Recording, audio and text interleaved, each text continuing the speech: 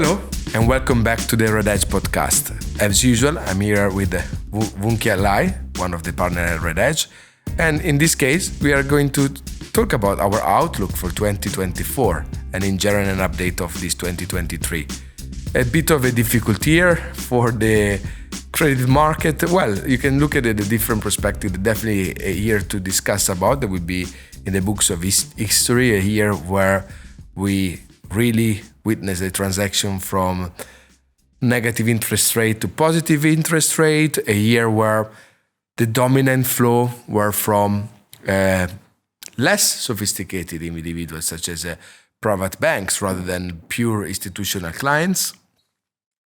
A year where we've seen absolute yields levels in the bond market to be what people were really caring about. They didn't care about how risky was an issuer, and so how much of the credit spread component was a percentage of the absolute yield, but everyone just looked at the absolute yield number, and which is, for people like us that have been for forever in the credit market, it is a very different approach. It is not a sustainable approach. It is a transaction from one environment to the other. We've been in negative interest rate for too long, and this positive interest rate definitely attracts different, what I would call it, tourist buyer, opportunistic buyers, which has changed many dynamics for our market. And what really shook me was this last end of the year rally. Would you want to talk about that?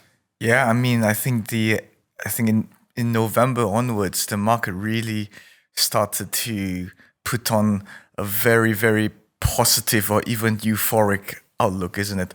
We saw in all risk assets, including the interest rate markets as well, rates were rallying.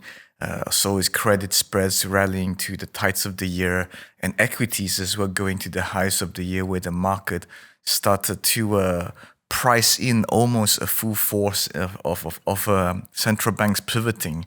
As of now, we are seeing almost 5 cuts priced in the Eurozone and the ECB rather for 2024, and around similar-ish 4.5 in with the Fed in 2024. So there is a lot of cuts and optimism priced into this market, and this has led to this very, very strong rally.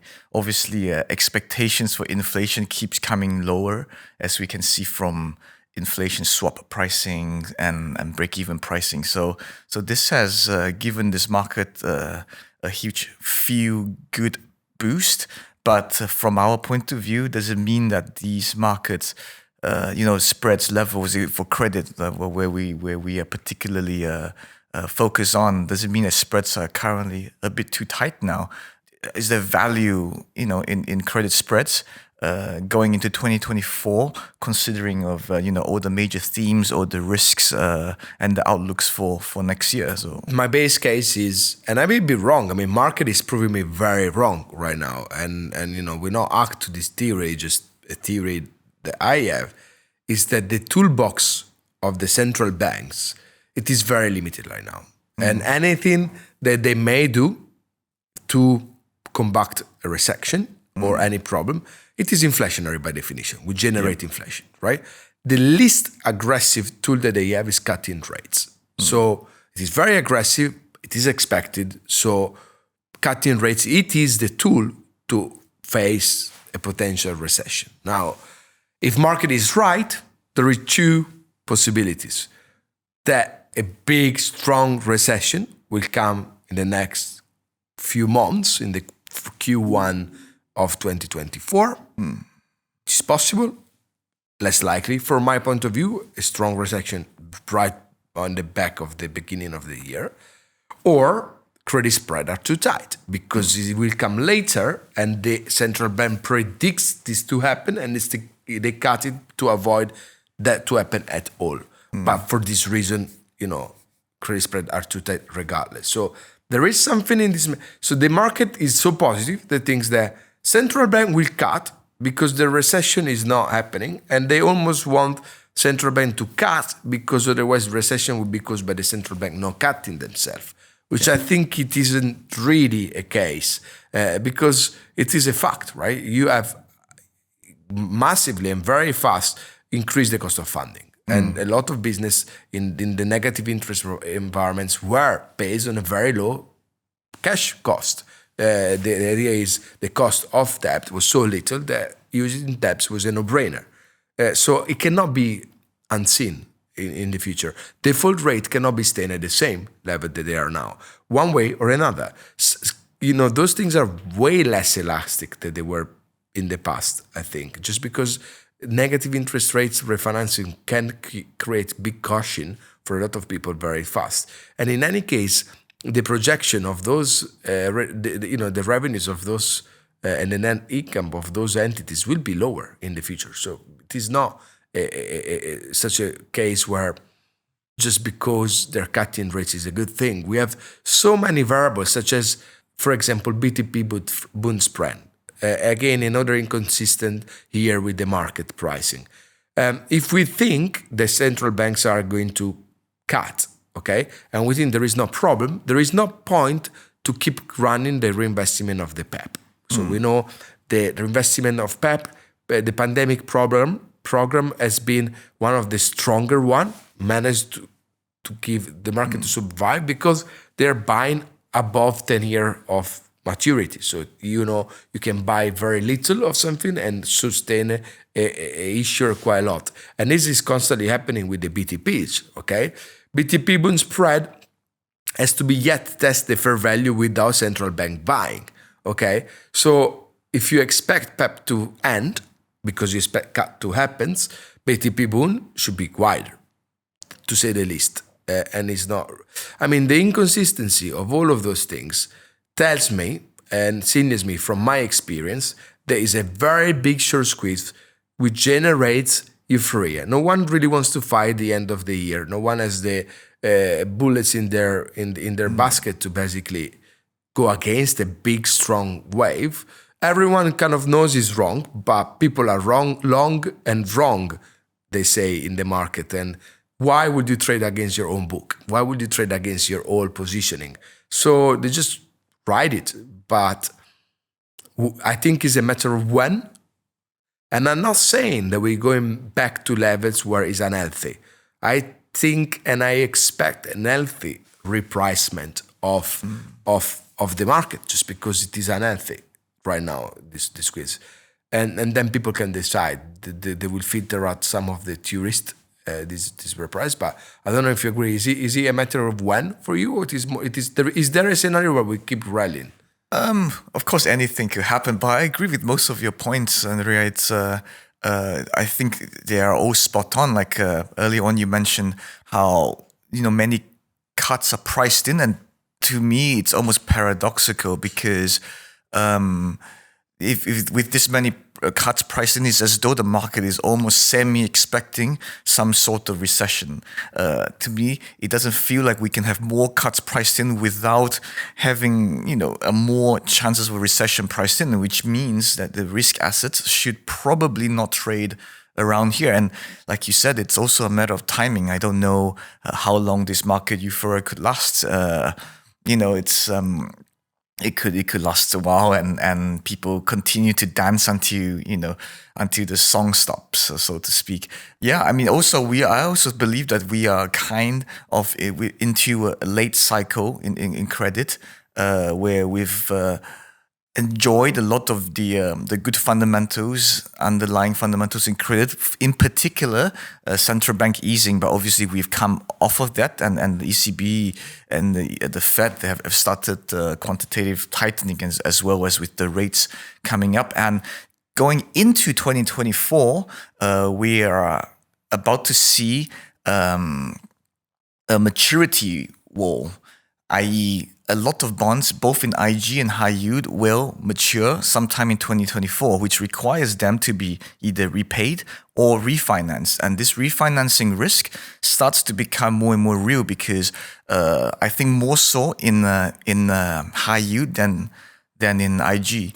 I believe something in the region of 20% of high yield, maybe in euro, a bit more than 20% in euro high yield is going to mature in 2024 with a lot of names needing to refinance almost 200 bips more expensive than they did before. And the section that maybe gets hit the hardest is the lower quality section, like the triple Cs, is around 40% or more of these issuers will have to issue way more than 200 bips more expensive than what they did before. And this becomes a significant challenge, right? We saw how higher interest rates and higher funding costs have been a significant issue for some industries, for example, real estate, and it will continue to be challenging for a lot of these other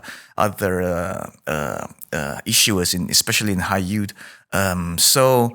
We've yet to see, we will see, I suppose, in 2024 how these issuers will handle, this maturity wall. And also we have to remember that spreads are very tight because default rates have been particularly low last year and even the year before, mainly because of a lot of support from a lot of liquidity, right? That is not artificially, but that is being the liquidity that's being provided for by central banks, and this is coming off now. So without this liquidity, buffer, it's going to be tough, right, for these guys. That's the thing. I mean, what you said is spot on. Like the full risk, likely to go up. Yeah. Just because of refinancing walls. Yeah. And everyone is aware of this situation. Like any investor I spoke with is very aware. 2025 is the big wall for high yield. And 2025 means you need to refinance 2024. Okay. Having said so, and you say the keyword is whoever was late to the game, anyone that was late to the game cannot buy IG as rally too much. To have similar yield of what you will have obtained by buying IG a few months ago, you go down the quality. And everyone is buying like bad names or less good names and creating the compression between quality versus non-quality. Quality is rallying less than non-quality. Non-quality is going up more, and which is driven by accounts which is buying because of the yield. It's linear. There is no fundamental peaking between issuers in the fixed income markets or in the credit market in general, which I think is going to be the theme for 2024. We can go up the whole 2024, but some names will outperform others because it's a fact. This wall of refinancing will hit some of those names. So issuer picking, stock picking, call it what you want, fundamental analysis is the key for 2024. And I look back and I just think it's crazy. Like where we are trading right now is wrong. And, I always say, do you want to be Mr. Right or do you want to be Mr. Money? We want to be Mr. Money. We respect the market. You don't fight it and you wait and you witness. But it is wrong. And everyone is agreeing on this. It's just, it's just the threats and the risks are way, way, way too high. And where can we end up? We can end up in a liquidity crash because the support of the central bank was a huge liquidity providing exercise. Okay, now this has been more than weighted into the new participant of the market, and especially the CTA market, which is double in size this year. The algorithm-driven strategy, which are buying credit just because a parameter like vol is low, for example. As much as been driving this year the price action by creating and contributing to this huge squeezing, everyone is happy when it goes in your favor. But what if the CTA strategy and the algos will push everything down because on their model will be a sell the credit and there is no marginal buyer gaps of liquidity? That is an exercise. I want to see it. I'm curious because it will happen at some point. Absolutely. I think I was just about to point out, for me, with looking into 2024, one of the biggest themes is all these momentum-driven strategies, right? Like you said, they have increased hugely in size and they are such a big part of our market. But it's not just our market that it has been impacting. I've spoken to a lot of other portfolio managers or investors in other markets. It's the CTAs and momentum strategies are also impacting commodities markets, for example, like oil. or equities, and obviously in credit, and they have become such a massive player. And what it does is it prolongs a certain trends, because they're trend following, as per the definition of their names. When the market is strong, they continue to keep buying until they get to a certain maximum or certain size that they have, regardless of what the fundamentals are. So as long as they hit certain levels, they will continue to keep buying. So it could go against fundamentals for much longer than we expect. Like, for example, in oil, you see oil prices keep coming lower because CTAs are selling, even though OPEC is deciding to cut. Right, so and same as in credit spreads, we can keep on going tighter, and they will continue to go longer and longer at the tights. But like you said, the worry for me, or what we should be cautious about, is when they unwind, they would also do the same. So when it goes the other way, we would see the moves exacerbate, just as similarly as they went tighter, as they will go wider, because they will need to unwind, and they will at some point flip to be short, and they will keep on selling on the way wider. So is algo, CTAs, momentum, trending strategy are leading the way, cannot always benefit positioning. So can go against positioning. So if they sell as much as when they have to buy, they want to buy. The CTAs change the dynamic with the PBs and the more retail investor into credit, change the dynamic of the world, because no one will ever buy the tights just because of it's the tights. You need to be very convinced that we're going to go through new tights. And with uncertainty, it is very uncommon that everyone, market participant, will buy this. So as a Redhedge, we accept that this now happens and is a fact. So we need to rejiggle. We have changed a lot our processes to be able to adapt to this new environment. And I think who doesn't adapt doesn't survive. So we needed to do it. We did it. But at the same time, it is very important to be aware that this can be working either way. So fundamental can be overlooked for a bit because of those trends, but I strongly believe if weakness will come, fundamental will become even more important. We see it in COVID, we see it in 2022 conflict explosion. The fundamental in weakness becomes more and more important. And as always, I say, diversification and the correlated investments is the key for risk management. So this big euphoria, I would call it, this big goes end to end with a paradox, and this is quite clear. So be careful, I would say, and let's wait of the first quarter. What we bring to the market. I guess on top of some people's mind might be the U.S. presidential elections coming up in 2024. I guess historically there's some weakness in the markets, well, from a seasonality point of view going into elections. But I have a question. Yeah. Trump, when was elected in 2016, market read it very badly, and then market sold off initially. And then rally. What do you think happens now if Trump is elected? This is a big question that just came into my... From the seasonality, market tends to be weak into the elections. If, for example, Trump gets re-elected again, would the market be more worried or bared up? I probably think maybe not, because we've seen what happened, back in 2016 was it? Yeah, when Trump got elected, and people were very, very bared up and taking a very, very pessimistic view at the time. But turns out it didn't end up as scary as what people thought. It is the paradox where now we are used to pandemics, we rally into pandemics. We used to wars, so as we've seen recently, we rally into wars, and now we will rally into election. Market, it is rallying. It is a very tough year for the bear. It's been a very tough year for the bearish, like us, like me for sure. We waiting for further development and changing on the market, and patiently there to protect portfolio when mostly needed in a very difficult difficult environment.